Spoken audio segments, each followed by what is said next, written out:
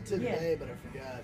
Dude, like this is like a discussion, like this is like the round table, like the 9th round table right here. Strategy. Come on, because really, when it comes down to it, when we are so in love with God, you're not worried. You're not worried about exactly. You just feel like you could just crazy fall and off a free. cliff. You know? Like, We were talking about that, and I was like, I used to think about it. I'm like, what made Apostle Paul, like Jeremiah, like what made them so bold? It was the literal encounters they had with God. Because, like, once you've encountered him, like, nothing else matters. Yeah. Like, nothing else matters. You know what you've seen. Like, nobody can tell you any different. And you go with that boldness because you know what you've seen. And, like, I feel like the more we do encounter love, the more, like, Jesus is, like, making himself real to us. Like, the more bolder we are getting. Because then it's like, who do I care? Like, don't worry about what can kill the flesh. You know what I mean? Worry about who can kill the flesh, soul, and spirit. Like, all together. Like, that. Be about your Father's business. Like, come on. Exactly. Like, it goes back to that love, you know. But personal relationship, like, is everything. I think that when we talk more of like a brighter scale on it, instead of just saying, you know, relationship. I think that when we break it down to make it be piece sizes to where we can actually eat and digest it and be like, wait a minute, a relationship is actually him talking and me listening and me talking, him listening. Because God, you know, he talked to me face to face. He's like, Zach, when was there ever a time where you were talking and I cut you off? Yeah. Whoa, come on.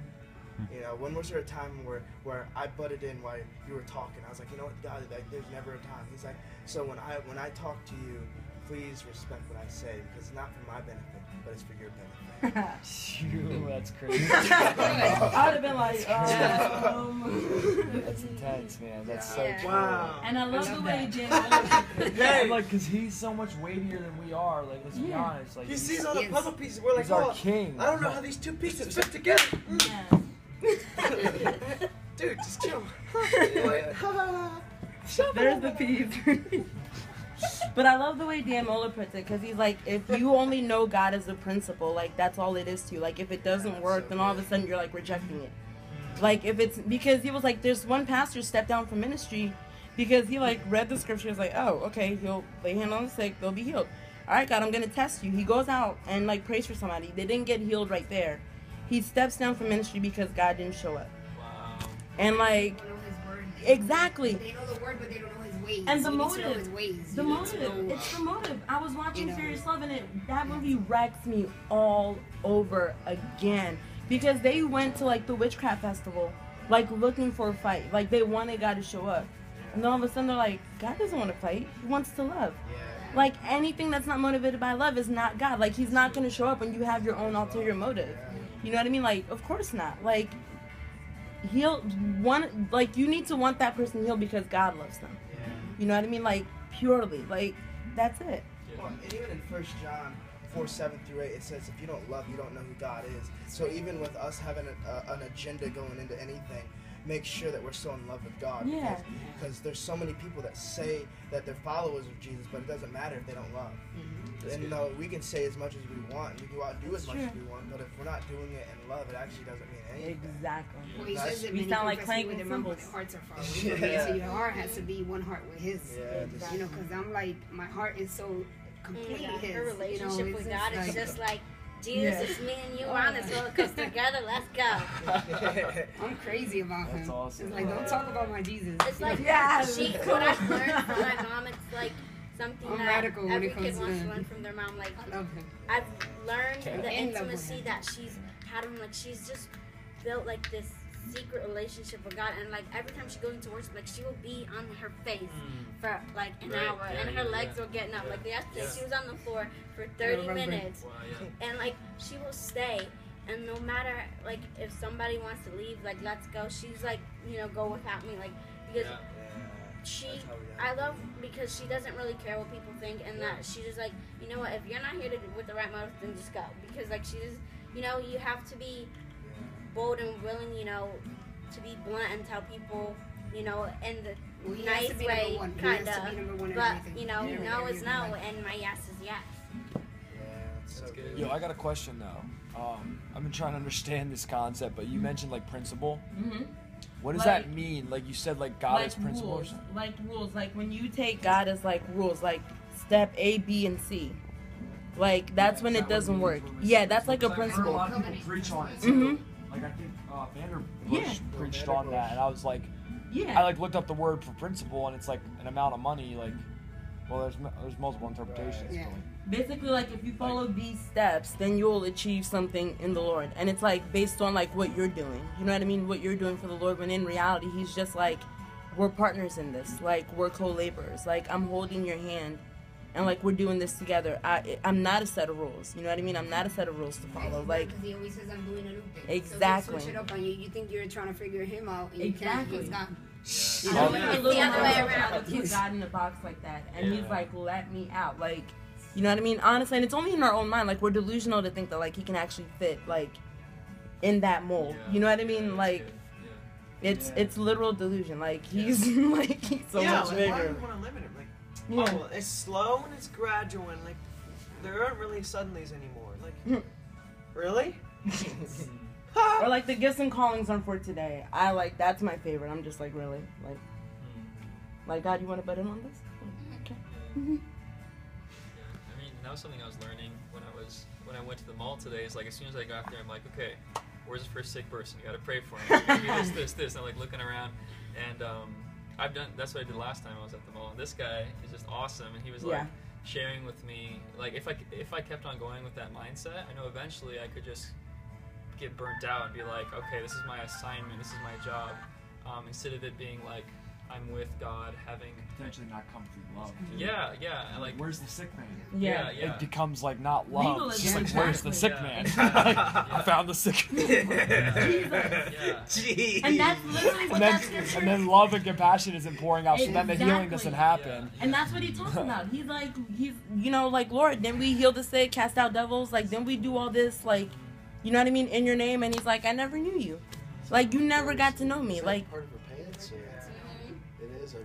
glitter, yeah. Lord God's gold. Hey, I will take all the gold on my hand. Boy. But God just started to show me, like, because sometimes, like, I'm like, I love it, like, when I'm in the presence, but I also like when God touches other people. I'm just like, yeah, Dad, like, go get that person, because I know what that feels like, and I want Well, when I everybody go to with feel her like places, it's I tell her, so good. you know, we don't gotta go somewhere for the presents. We're carrying the presents. Yeah. I said because I saturate my apartment with the presents. So, you know, even one day my friend gave me a word. She was like, about angels, and she was like, you want angels? She's like, because I can see your apartment right now. She's like, and they're full of angels. She's like, when you're worshiping, they're running back and forth. And they're jumping up and down with you.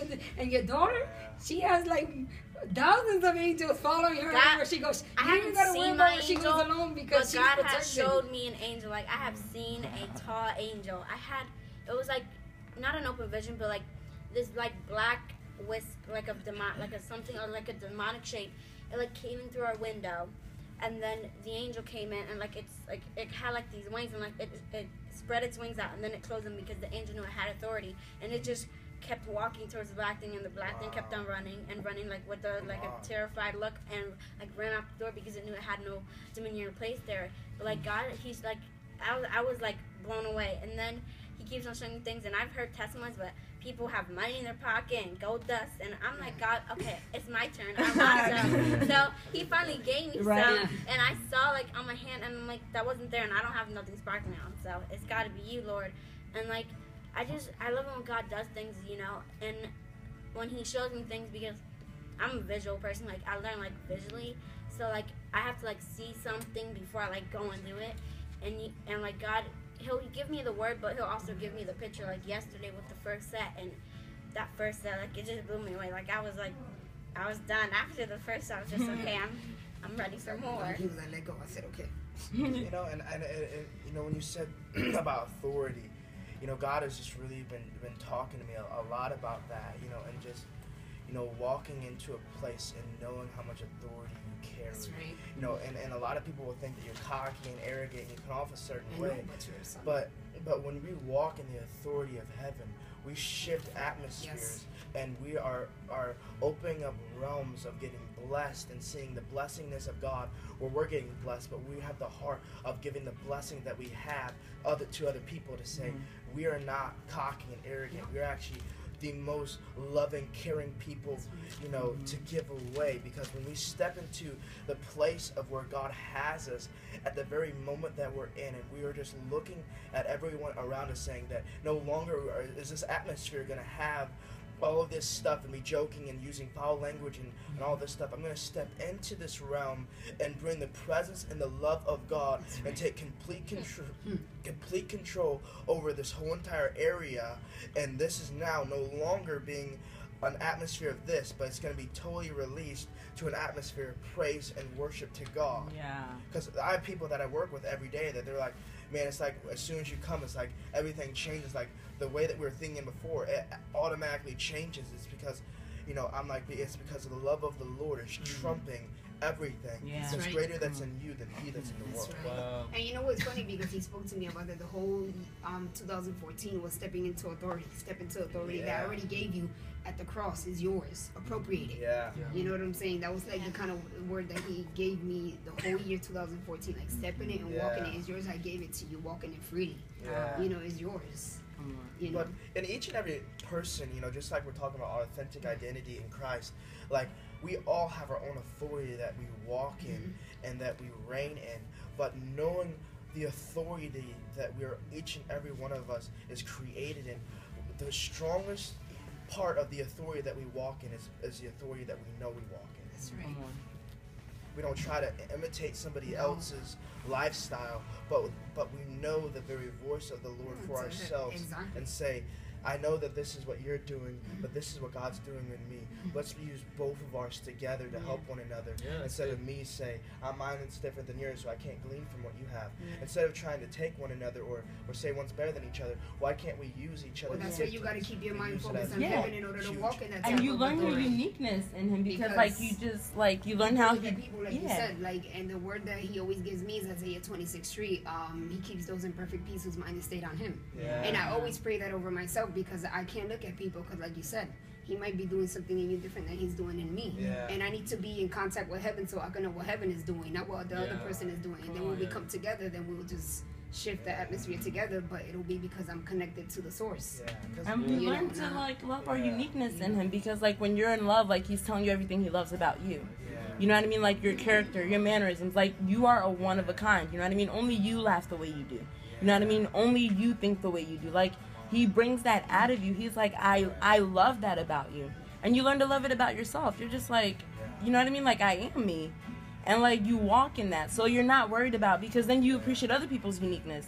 Because it's like, it's all part of like the grander. You know what I mean? Like you love it. Like God is just like, he loves like the multi-likeness of like just personality and culture. And like, you know what I mean? Or else we'd all be robots. We'd all be the same if you didn't like diversity, you know? I just think that this year, God is going to be using everyone's gifting on display for us all to work as one body. Because I feel like for the past, it's like, you know, the John Wayne thing where it's one person doing it all and everybody else listening to it.